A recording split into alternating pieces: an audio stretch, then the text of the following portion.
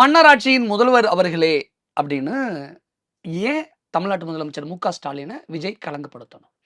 ஜனநாயக நாட்டுல தமிழ்நாடு மட்டும் தான் முன்னேறணும்னு நினைக்கிறீங்களா?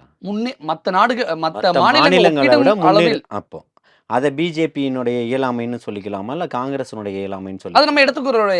நம்மளுடைய மனநிலை பொறுத்து. எல்லார் கூடவும் மாறி, மாறி கூட்டணியில இருந்த ஆட்சிகள் தான் எல்லா மாநிலங்கள்லயுமே இருக்குது.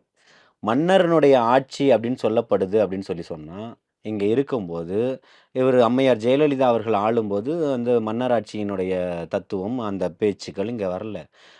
இவரு எம்ஜிஆர் அவர்கள் இங்க இந்த மண்ணை ஆளும்போது அது வரல. கலைஞர் அவர்கள் ஆளும்போதும் வரல.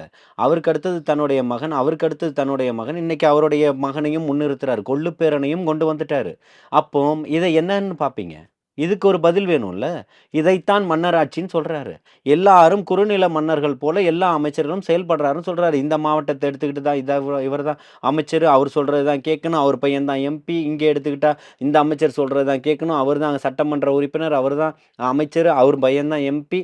இப்படி தான் இருக்குது. அப்ப இத வேற எப்படி எடுத்துக்க முடியும்?